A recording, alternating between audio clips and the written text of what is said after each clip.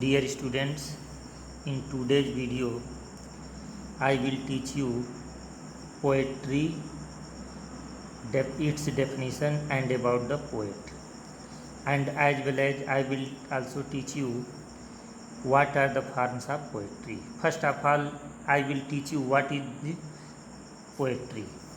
Poetry means a verse यानी छंद, or you can say that rhyming words. But before discussing what is called poetry, I will teach you what is called a poet. In the words of Maithili Sharan Gupt, a Hindi poet, the best definition of poet has been given to you. सबसे अच्छी definition दी गई है जिसमें उन्होंने कहा है कि वियोगी होगा पहला कवि, यानी वियोगी होगा पहला कवि, आह से उपजा होगा ज्ञान, निकलकर आँखों से चुपचाप बही होगी कविता अनजान। जिसका मतलब यह हुआ कि उन्होंने कहा कि जो सबसे पहला कवि इस धरती पर कभी पैदा हुआ होगा, जिसने कवि काव्य लिखा होगा, वह स्वभाव से वियोगी होगा। वियोगी मतलब जिसको संसार से बैराग हो गया होगा। आह यानी पीड़ा से उपजा में यानी उत्पन्न हुआ होगा ज्ञान, यानी उसको कविता लिखने का ज्ञान सबसे पहले किसी न किसी ऐसी कष्टदायक दृश्य को देखा होगा जिसकी वजह से उसके अंदर काव्य लिखने की प्रेरणा जगी होगी। और आगे उन्होंने कहा कि काव्य की धारा कैसी होनी चाहिए, कि किस तरह से काव्य निकलना चाहिए, कि जिस तरह से निकलकर आँखों से चुपचाप बही होगी कविता अनजान, अर्थात जिस तरह से उस कारुणिक दृश्य को देखकर कवि के आँखों से आंसू निकला होगा, ठीक उसी तरह उसके अधरों से, उसके हृदय से कविता अपने आप स्वतः प्रस्फुटित हुई होगी। इस बारे में हम सबसे पहले जानेंगे कि हु इज नोन एज आदि कवि, यानी the first poet in the world. इसके बारे में हम जानेंगे। And he was Valmiki. Valmiki को दुनिया का सबसे पहला कवि कहा जाता है क्योंकि उनके मुख से ही सबसे पहले छंद फूटा था। और उसकी एक छोटी सी कहानी है कि जैसा कि हम जानते हैं कि वाल्मीकि का प्रारंभिक नाम रत्नाकर था। वो एक डाकू थे, वो लूटपाट करते थे और इस तरह अपने परिवार का जीवन यापन करते थे। एक बार सप्तऋषियों के मंडल से मिलने से उनके आत्मज्ञान हुआ और उन्होंने जो है ये सब चोरी डकैती का काम छोड़ दिया और उसके बाद जा कर के वह तमसा नदी के तट पर रहने लगे। एक दिन की घटना है कि जब वो तमसा नदी के तट पर संध्या बंदन करने के लिए गए थे, तभी उन्होंने एक क्रौंच पक्षी के जोड़े को देखा जो जल में क्रीड़ा कर रहे थे और वो बड़े प्रसन्न दिख रहे थे। तभी एक बहेलिया आया और उसने नर क्रौंच को मार दिया।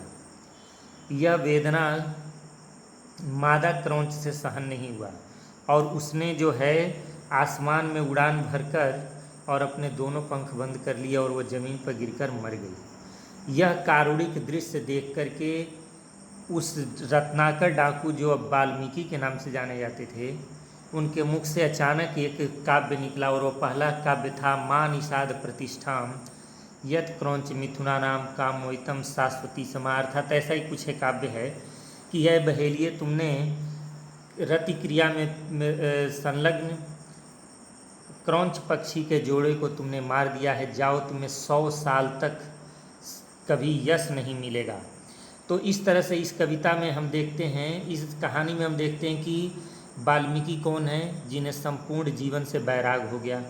उनके अंदर काव्य की भावना कब उत्पन्न हुई, जब उन्होंने एक कारुणिक दृश्य देखा। इसीलिए कहा है उन्होंने, जो उपरोक्त काव्य में आपको बताया गया। Now we shall discuss what is the definition of poetry by the best poets, best literary critics of English literature. अंग्रेजी में भी ऐसे ही डिफिनीशन दिए गए हैं, जैसा कि विलियम वर्ड्सवर्थ ने कहा है कि poetry is a spontaneous. Spontaneous means होता है बच्चों स्वतः, ओवरफ्लो मीन्स होता है उफनना, ऑफ पावरफुल फीलिंग्स यानी भावनाओं का, रिकलेक्टेड मीन्स इकट्ठा, इन ट्रांक्विलिटी मीन्स होता है शांत मन।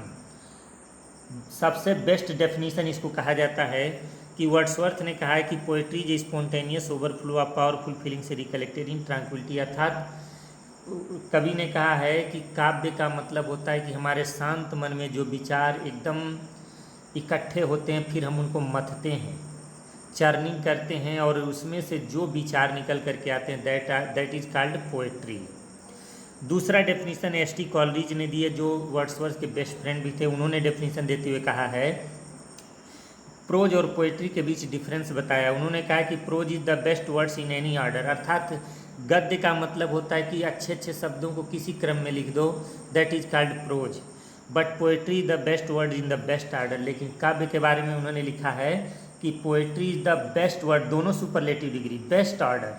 यहाँ पर सिर्फ एक जगह सुपरलेटिव डिग्री और एनी ऑर्डर कह दिया, लेकिन पोएट्री के बारे में उन्होंने कहा है कि poetry is the best word in the best order, अर्थात काव्य का मतलब है कि सबसे अच्छे शब्दों को सबसे अच्छे क्रम में लिखना ही काव्य कहलाता है। Third definition is the most important for you, और सबसे छोटा परिभाषा अगर किसी ने दी है, that is Matthew Arnold, and he has told poetry is the criticism of life. Criticism means आलोचना।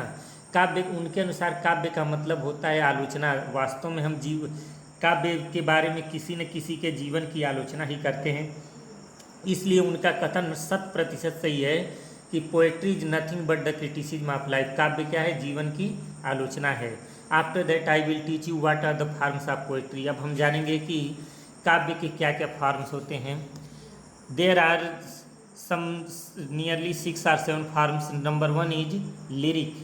Lyric means a song with music, यानी आप फिल्म देखते होंगे तो उसमें ज़रूर लिखा रहता है लिरिसिस्ट, यानी या लिरिक्स। ये मतलब फिल्मों में जो गाने बजाए जाते हैं वो भी काव्य हैं, लेकिन they are song with music. वो चूँकि म्यूजिक के साथ आते हैं, they are known as lyric. क्योंकि लिरिक शब्द जो है लियर शब्द से बना है, LYRE, जिसका मतलब होता है बीड़ा। अर्थात ऐसा पोएम जो म्यूजिक के साथ बजाया जाता है उसको लिरिक कहते हैं। After that comes ballad. Ballad means a story in the form of song, अर्थात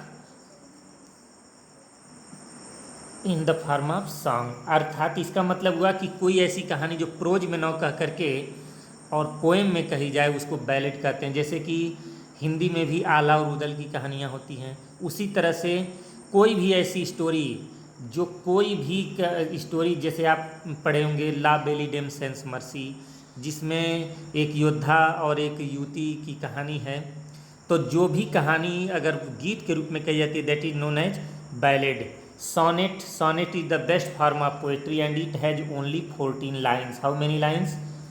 ओनली 14 लाइन, केवल 14 लाइनें होती हैं। Ode. Ode is a song of an address. Address का मतलब पता नहीं, ADDRESS। एड्रेस मीन्स संबोधन। इसमें किसी को क्या किया जाता है? पुकारा जाता है। Elegy, A song of lament, यानी जिसमें किसी के डेथ पर विलाप किया जाता है, that is known as elegy. जैसे आप लोग पढ़े होंगे an elegy written in a country churchyard. And a dramatic monologue is the last. Dramatic monologue का मतलब होता है a kind of dialogue that has a dramatic event, अर्थात ऐसा कोई स्पीच जिसमें वन स्पीकर होता है। मोनो मीन्स होता है सिंगल, एंड लॉग मीन्स होता है स्पीच, यानी एक व्यक्ति जो बोलने वाला होता है और बाकी लोग जो सुनने वाले होते हैं। एंड ड्रामेटिक मीन्स जब वो किसी स्पेशल इवेंट पे, जैसे किसी के डेथ पर, किसी के बर्थ पर, किसी के मैरिज पर वो अपना स्पीच देता है, that is known as dramatic monologue. Thank you.